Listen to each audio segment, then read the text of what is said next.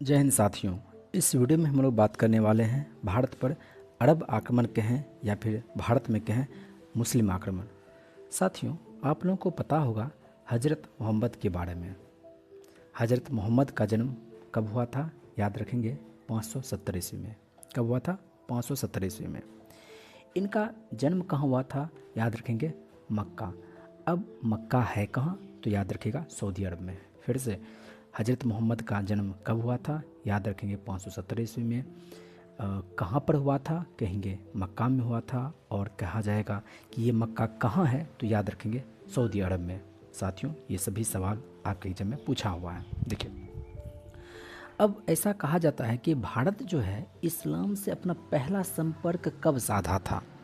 तो सबसे पहला संपर्क जो है इस अरब आक्रमण के समय नहीं, जब केरल के तट को मालाबार तट कहा जाता है, जब वहाँ पर अरब व्यापारी लोग आए उसी समय से, और वो अरब व्यापारी मालाबार तट पर आकर के बस गए तो संस्कृति का आदान प्रदान हुआ।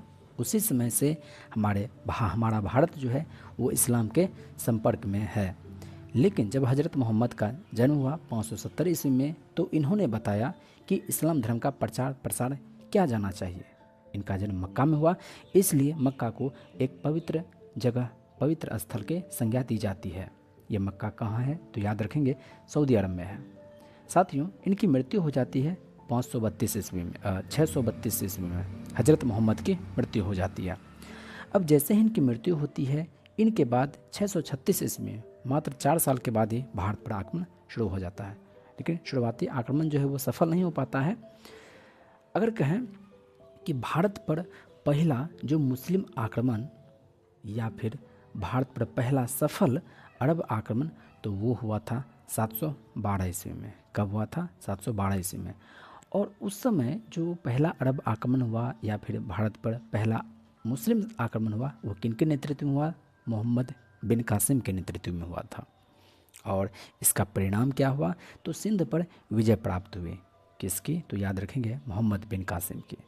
ये सभी चर्चाएं, ये सभी बातें जो है किस में लिखी हुई? चचनामा, एक पौराणिक ऐतिहासिक ग्रंथ है जिसमें कि वर्णन मिलता है कि मोहम्मद बिन कासिम जो है 712 ईस्वी में पहला मुस्लिम आक्रमणकारी था या फिर पहला अरब आक्रमणकारी था जिसने कि भारत पर आक्रमण किया और विजय प्राप्त की सिंध पर। और उस समय सिंध का राजा कौन था? दाहिर। कभी कभी आपके एग्जाम में पूछ लिया जाता है, बताइए इसी चचनामा के अनुसार दाहिर की राजधानी कहाँ थी? याद रखेंगे अरूड़। कहाँ थी? अरूड़। और यही मुस्लिम आक्रमणकारी, यही अरब आक्रमणकारी जब हिंदुस्तान पर आक्रमण करना शुरू किया तो यहाँ के लोगों को क्या कहा? हिंदू। क्या कहा? हिंदू। तो याद रखेंगे अरब आक्रमणकारियों ने ही भारतीय जो हिंदुस्तानी व्यक्ति थे, भारत के लोगों को क्या कहा था? इन्होंने हिंदू कहा था। और साथ ही साथ अपने धर्म का प्रचार प्रसार किया। आगे इसके बाद हम लोग देखेंगे तो हमारे भारत पर तुर्की शासन भी रहा। और बात करें ये तुर्की कौन थे, तो आपको मैप तो पता ही होगा भारत कहाँ है। आप सबसे पहले मैप में भारत को देखिए और भारत के बाद चीन को देखिए। और चीन के उत्तर पश्चिम में जो क्षेत्र पड़ता है, आप उसको मध्य एशिया कह सकते हैं। वहीं के लोगों को तुर्की बोला जाता था। और जिसमें कि पहला शासक, पहला वंश जो था गजनी वंश था। आपके एग्जाम में पूछा जाता है ये गजनी कहाँ पड़ता है? तो ये अफ़गानिस्तान में पड़ता है। आपको ही पता होगा अटल बिहारी वाजपेयी जब अफ़गानिस्तान गए थे, वहाँ पर गजनी गए थे देखने के लिए, और उस महमूद गजनवी को देखने गए थे जिन्होंने सोमनाथ मंदिर को लूटा और भारत में टोटल 17 बार आक्रमण किया। ठीक है, तो इस गजनी वंश को समझते हैं। गजनी वंश जो है वो अफ़गानिस्तान, वर्तमान में अफ़गानिस्तान में है। और इस गजनी वंश के संस्थापक कौन थे? याद रखिएगा अलप्तगीन। कौन थे? अलप्तगीन। लुप्त तो हो गए गजनी वंश। और इसी गजनी वंश में अलप्तगीन के बाद सुबख्तगीन हुआ, और सुबख्तगीन का पुत्र महमूद गजनवी था। सुबख्तगीन का पुत्र का नाम क्या था? महमूद गजनवी। इन्होंने पहला आक्रमण भारत पर 1000 ईस्वी में करना शुरू किया और अपनी मृत्यु 1030 ईस्वी तक भारत में टोटल 17 बार आक्रमण किया। और महमूद गजनवी का जो सबसे ज़्यादा प्रभाव पड़ा था वो एक जयपाल से भी इसकी लड़ाई चली थी, जिसमें कि जयपाल को हरा दिया था इन्होंने। महमूद गजनवी ने जयपाल को हरा दिया था। और आपके जब मैं पूछता है, बताइए उस व्यक्ति का नाम बताइए जो कि महमूद गजनवी से भी को भी कांटे का टक्कर दिया था, और उस हिंदू का नाम था क्या? विद्याधर। ये विद्याधर जो हैं चंदेल वंश से संबंधित थे, और इस गजनवी ने इस चंदेलों पर जो आक्रमण किया था 1090 से 20 ईस्वी के बीच में किया था। और उस समय चंदेल वंश का जो शासक था वो था विद्याधर, और इन्होंने कांटे की टक्कर दी थी महमूद गजनवी को। इनके साथ में अन्य भी जो इतिहासकार आए थे, जैसे अल-बरूनी हो गया, फिरदौसी, उतबी, फारूकी, इन सब ने भी इस विद्याधर की जो जज्बा था उनको सलाम किया है। आगे बात करें तो इसी महमूद गजनवी ने 1025 ईस्वी में सोमनाथ मंदिर को लूटा था। ये सोमनाथ मंदिर कहाँ है तो सबको पता होना चाहिए। सोमनाथ मंदिर गुजरात के सौराष्ट्र में है, अरब सागर के तट के ही समीप स्थित है। और उस समय जो यहाँ का शासक था वो भीमदेव प्रथम था। बचा नहीं पाया, इन्होंने लूट लिया गया सोमनाथ मंदिर को। सोमनाथ मंदिर भारत के 12 ज्योतिर्लिंग देव मंदिरों में से एक माना जाता है, और इसको 1225 ईस्वी में तो पूरी तरह से क्षतिग्रस्त कर ही दिया गया था महमूद गजनवी के द्वारा। बाद में जब हमारा भारत 1947 में आज़ाद हुआ तो सरदार वल्लभ भाई पटेल ने इसको इसको पुनर्निर्माण करने किया, और फिर जाकर के 1951 ईस्वी में डॉक्टर राजेंद्र प्रसाद के द्वारा, जैसे आप देख रहे हैं वर्तमान में हमारे अयोध्या में भगवान राम मंदिर अयोध्या में जो बना उसका प्राण प्रतिष्ठा हुआ, ठीक उसी तरह से 1951 में ये सोमनाथ मंदिर जो बन के तैयार हुआ उसका प्राण प्रतिष्ठा किए थे हमारे डॉक्टर राजेंद्र प्रसाद। तो याद रखेंगे ये सोमनाथ मंदिर भारत के 12 ज्योतिर्लिंग देव मंदिरों में से एक है। अब आपके एग्जाम में ये भी पूछा जाता है, बताइए महमूद गजनवी के साथ में कोई इतिहासकार, कोई लेखकन भी आया था? तो याद रखेंगे अल-बरूनी, फिरदौसी और उतबी, एक और व्यक्ति फारूकी भी थे, इनके साथ ही महमूद गजनवी के साथ में आए हुए थे। अल-बरूनी के बारे में सबको पता होगा। ये जो व्यक्ति थे अल-बरूनी, इन्होंने किताब उल हिंद, तहकीक ए हिंद पुस्तक इन्होंने लिखा था। फिरदौसी के बारे में भी सबको पता होगा कि इनकी एक पुस्तक शाहनामा की रचना की थी, और ये शाहनामा जो है एक आत्मकथा है। आत्मकथा है, अच्छा किसकी आत्मकथा है? तो जिसके दरबार में ये रहता था महमूद गजनवी की आत्मकथा है। उतबी कौन था? तो उतबी भी दरबारी इतिहासकार था। साथियों ध्यान रखिएगा, अगर दरबारी इतिहासकार का नाम पूछे तो आप उसमें फिरदौसी नहीं कहेंगे, उतबी और अल-बरूनी दोनों को कहेंगे, और इन दोनों में भी सबसे ज़्यादा वरीयता है अल-बरूनी का। अब साथियों आपके एग्जाम में पूछता है, बताइए उस व्यक्ति का नाम बताइए जिन्होंने पुराणों का अध्ययन किया था। विद्वान, उस विद्वान का नाम बताइए जिन्होंने पुराणों का अध्ययन किया था। तो कहेंगे अल-बरूनी। कहेगा संस्कृत का ज्ञाता, संस्कृत का विद्वान था, क्या कहेंगे? अल-बरूनी। लेकिन इसका मतलब ये मत समझ लीजिएगा कि ये अल-बरूनी धर्मनिरपेक्ष व्यक्ति था। जी नहीं, ये धर्मनिरपेक्ष व्यक्ति नहीं था। इसके बाद महमूद गजनवी ने एक चांदी का सिक्का भी चलवाया था, जिसके एक भाग में संस्कृत लिखा हुआ था और दूसरे भाग में अरबी भाषा में बातें लिखी हुई थी। तो संस्कृत तो लिखने के लिए इसके लिए आसान हो गया, क्यों? क्योंकि इसके साथ में अल-बरूनी जो था, नहीं समझे? ये तो था हम लोग गजनी वंश के एक शासक महमूद गजनवी को देखे, जिसको कि हम लोग तुर्क सरदार बोलते हैं। ये सभी तुर्की थे। इन लोगों का उद्देश्य भारत में अपना शासन स्थापित करना नहीं था। अपने देश में, भारत में सरकार सत्ता स्थापित करने का इन्होंने नहीं सोचा। इसके बाद गजनी से ही एक और व्यक्ति निकलते हैं। समझ सकते हैं कि एक छोटा सा अफ़गानिस्तान वर्तमान का आप अफ़गानिस्तान देखिए, उससे एक गजनी वंश को देखिए, और उससे निकला महमूद गजनवी। इन्होंने कस के लूटा भारत को। और उसके बाद आया मोहम्मद गौरी, इन्होंने भी भारत को बढ़िया से लूटा, और लूटा भी अंत में जा कर के भारत में मुस्लिम सत्ता की स्थापना कर दी, जिसको कि हम लोग बोलते हैं दिल्ली सल्तनत। चलिए हम लोग देखते हैं मोहम्मद गौरी के बारे में। देखिए, ये जो मोहम्मद गौरी थे, इनका पहला आक्रमण जो हुआ था 1175 में हुआ था, मुल्तान में हुआ था। अब सवाल आता है मुल्तान है कहाँ? तो पाकिस्तान, अब भारत का अब पंजाब देख रहे हैं ना, पंजाब के उधर भी तो पाकिस्तान में भी पंजाब है, तो उसी पंजाब के क्षेत्र में पड़ता है मुल्तान। वहाँ का शासक था, मुल्तान में इन्होंने विजय प्राप्त की। लेकिन अब ये सोचा कि चलो नक्कर स्वाद तो चखिए लिए, अब जाते हैं तनिक गुजरात तरफ। और गुजरात में 1178 ईस्वी में इनको भेंट होता है मूलराज द्वितीय, या इसी को बोलते हम लोग भीम द्वितीय। इनसे इनका सामना होता है। मूलराज द्वितीय कहें या फिर भीम द्वितीय कहें, इनकी एक विधवा माँ थी नायिका देवी। इन्होंने नायक का भूमिका निभाई और आबू पर्वत के निकट पर मोहम्मद गौरी को कड़ी हार दिया। इस वजह से मोहम्मद गौरी छटपटा करके भाग गया। फिर कहा नहीं, इधर से भारत में घुसना आसान नहीं है, अब चलते हैं फिर से उसी मुल्तान की तरफ से। कई सारा युद्ध लड़ा, कई सारा युद्ध जीता, और अंत में अब जा कर के उसका भेंट होना था पृथ्वीराज चौहान तृतीय से, जिसमें कि तराइन का प्रथम युद्ध हुआ 1191 ईस्वी में, जिसमें मोहम्मद गौरी की हार हुई और पृथ्वीराज चौहान तृतीय की जीत हुई। लेकिन इसी बीच क्या हुआ, पृथ्वीराज चौहान तृतीय को जयचंद की बेटी संयोगिता से प्रेम हो गया।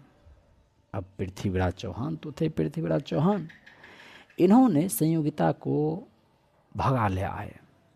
अब ये तो जयचंद के लिए मान सम्मान की बात थी। जयचंद ने बिल्कुल ही पृथ्वीराज चौहान को नकार दिया, और जब पानीपत की दूसरी लड़ाई हुई मोहम्मद गौरी और पृथ्वीराज चौहान इन दोनों के बीच में, तो जयचंद ने किसी भी तरह का मदद नहीं किया। लेकिन यहाँ उनकी बहुत बड़ी गलती साबित हुई बाद में। अंततः इसमें पृथ्वीराज चौहान की मृत्यु हो जाती है, उनकी हार हो जाती है, और अंततः संयोगिता, जो कि बेहद ही खूबसूरत पत्नियों में से एक थी पृथ्वीराज चौहान की, और अंततः जब पृथ्वीराज चौहान तृतीय की हत्या हो गई, अंततः संयोगिता ने भी जौहर कर लिया। सबको पता होगा जौहर क्या चीज़ होता है। जब आप आत्मसम्मान के लिए कोई आपको हड़प ना ले, ऐसी स्थिति में जब आप खुद की हत्या कर देते हैं, वही आपका कहलाता है जौहर। पौराणिक समय में ये चीज़ें प्रचलित थी। अब अंततः अब होना है 1194 की लड़ाई, 93 नहीं साथियों, 94, और इसका नाम था चंदावड़ का युद्ध। फिरोजाबाद में था ये जगह, और जयचंद कन्नौज का शासक, कन्नौज का गढ़वाल शासक बोलते हैं। कन्नौज का गढ़वाल शासक किनको बोलते हैं? जयचंद को। अब मोहम्मद गौरी की का सामना होना है जयचंद के साथ में। जब पृथ्वीराज चौहान तृतीय को हरा दिए, तो ये मूल जयचंद कथी हैं, इनको तो वो मार मारा मोहम्मद गौरी, ये भाग गया। अब महत्वपूर्ण सवाल ये बनता है कि चूँकि 1192 में पृथ्वीराज चौहान तृतीय की मृत्यु हो चुकी थी, उसी समय मोहम्मद गौरी अपने गुलाम अर्थात कुतुबुद्दीन ऐबक को बना देता है भारत का तत्कालीन यहाँ का सब कुछ। ठीक है, 1192 ईस्वी में। और इसी बीच 1193 ईस्वी से ही ये कुतुबुद्दीन ऐबक जो है दिल्ली में ही, दिल्ली के मेहरौली में ही, जहाँ आप वर्तमान में देखते कुव्वत उल इस्लाम मस्जिद, वहीं पर आप देखते होंगे लौह स्तंभ, मेहरौली का लौह स्तंभ अभी तक उसमें जंग नहीं लगा हुआ है। उसी के निकट कुतुबुद्दीन ऐबक जो है वो अपने अफ़गानिस्तान में देखा था एगो जाम मस्जिद। उसके अनुसार ये सोचा कि क्यों ना कुतुबुद्दीन ऐबक ने सोचा कि क्यों ना यहाँ भी एक बड़ा ऊंचा रंग का कुतुब मीनार बनाया जाए। तो 1193 ईस्वी में शुरू किया था कुतुबुद्दीन ऐबक, लेकिन पूरा नहीं कर पाए, तो अंततः इल्तुतमिश इसको पूरा किया।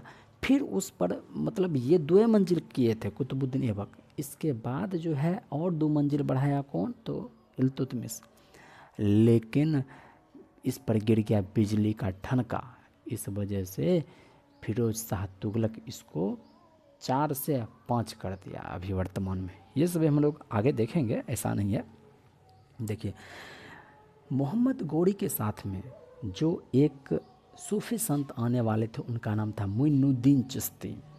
मोइनुद्दीन चिश्ती मोहम्मद गौरी के ही साथ में आए थे और आ कर के अजमेर चले गए और सब दिन वो अजमेरे में रहे। कौन? शेख मोइनुद्दीन चिश्ती। इसी वजह से याद रखिएगा, शेख मोइनुद्दीन चिश्ती की दरगाह कहाँ है? तो याद रखिएगा अजमेर में है। शेख मोइनुद्दीन चिश्ती की दरगाह कहाँ है? तो याद रखेंगे शेख मोइनुद्दीन चिश्ती की दरगाह कहाँ है? तो अजमेर में है। ठीक है, ये सारी बातें हो गई। अब मोहम्मद गौरी की अब होनी है हत्या।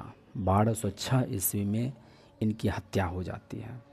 ऐसे तो मोहम्मद गौरी का भी एक ही उद्देश्य था, भारत को लूटना और लूट लाट करके सारा धन जो है ले करके चले जाना। लेकिन यहाँ जीते हुए प्रदेश को कुतुबुद्दीन ऐबक को दे करके वो चला गया। और ये कुतुबुद्दीन ऐबक जो है 1206 ईस्वी में गुलाम वंश की स्थापना करते हैं, जिसके बारे में हम लोग आगे पढ़ेंगे। देखिए, अभी आप जहाँ मंगोलिया देखते हैं ना, मंगोलिया जिसकी राजधानी उलान बटोर है, वहीं पर के लोगों को मंगोल कहा जाता था। और सबको पता होगा मंगोल सरदार चंगेज़ खान, सबको पता होगा ये बात, मंगोल सरदार चंगेज़ खान। इनका जो बचपन का नाम था वो था तेमुचीन। क्या नाम था? तेमुचीन। चूँकि मंगोल जो है ना, ये चीन के बगल का था, तो याद आप ऐसे रख सकते हैं, मंगोल सरदार चंगेज़ खान का बचपन का नाम क्या था? तेमुचीन। कहीं कहीं तेमुजीन भी मिलता है, तेजुमीन भी मिलता है, इस तरह से आप याद रखें तेमुचीन। ये था बड़ा खतरनाक। ये जो था ख्वारिज्म का एगो शासक था, उसका युवराज मंगबरनी जो है इसके खिलाफ में विद्रोह कर दिया। ये चंगेज खान जो है क्या किए, उस मंगबरनी के तलाश में पहुंच गए। भारत यहाँ पर बैठा था बेचारा इल्तुतमिश। ये तुर्की व्यक्ति थे, ये तुर्की शासक है, ये मंगोल सरदार। तो अब जैसे ही ये 1221 ईस्वी में उसको खोजते हुए आया, यदि इल्तुतमिश उस मंगबरनी को जगह दे देता तो समझ लीजिए भारत जो है ना, तुर्की सल्तनत को उसी समय उखाड़ फेंकता, दिल्ली सल्तनत को उसी समय उखाड़ देता। लेकिन इल्तुतमिश तनिक होशियारी बरता, कहा कि मंगबरनी आपके पीछे पड़ल है मंगोल सरदार चंगेज खान, जिसका कि बचपन का नाम है तेमुचीन, हम आपको कोई शरण नहीं देंगे।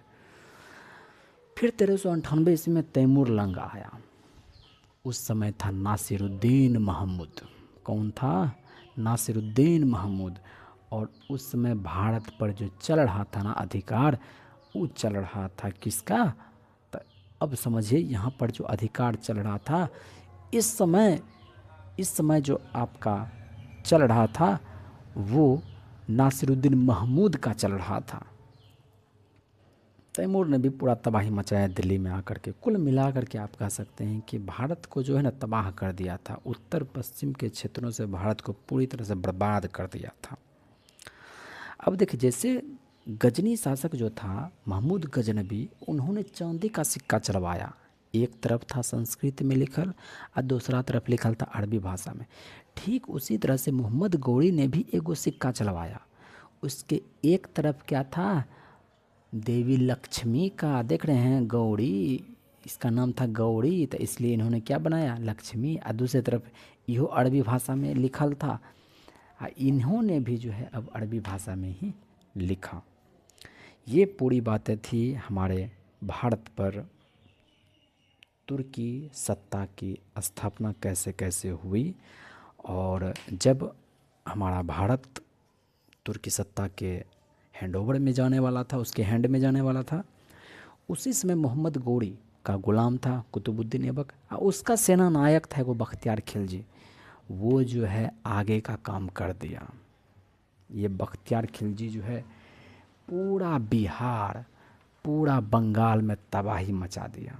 बंगाल आया, बिहार आया, बिहार में नालंदा विश्वविद्यालय को तहस नहस कर दिया। 1198 ईस्वी में ये नालंदा विश्वविद्यालय को तहस नहस कर दिया। और बिहार में जो है ना सत्ता की स्थापना की, तुर्की सत्ता की स्थापना की। पूछेगा कौन? तो कहिएगा बख्तियार खिलजी। बिहार को लूटल हुआ तो इसका मन नहीं भरा, ये चला गया बंगाल। अब बंगाल में सेन वंशीय शासक था लक्ष्मण सेन, और लक्ष्मण सेन बख्तियार खिलजी को देखा ना तो भाग गया। इसी को कहते हैं रखते इख्तियार, इखरुद्दीन, इस तरह से इसका नाम है। तब जब आया ये बख्तियार खिलजी बंगाल में शासन मतलब लड़ाई करने के लिए, लक्ष्मण सेन भाग गया। इसका राजधानी था उस समय नदिया। ये क्या करता है बख्तियार खिलजी, नदिया को पूरी तरह से बर्बाद कर देता है और अपना नयका राजधानी बना लेता है। किसको? लखनऊती। किसको बना लेता है? लखनऊती। ये भी बंगाल में है, लेकिन नदिया को उजाड़ पुजार करके पूरी तरह से अपना शासन, अपना कैपिटल राजधानी किसको बना लेता है? लखनऊती। और सबको पता होना चाहिए बिहार में एक नालंदा विश्वविद्यालय तो था, ये था, और साथ ही साथ एक भागलपुर में विक्रमशिला विश्वविद्यालय था।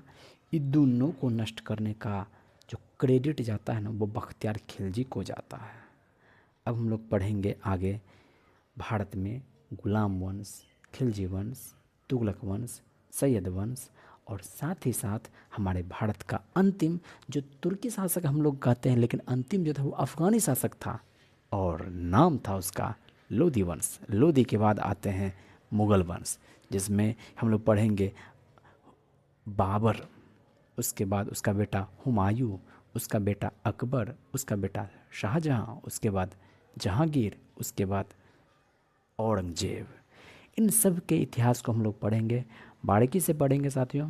यदि आपको वीडियो पसंद आया तो हमारे चैनल को लाइक करके सब्सक्राइब करके हमें सपोर्ट ज़रूर करें। शुक्रिया। जय हिंद।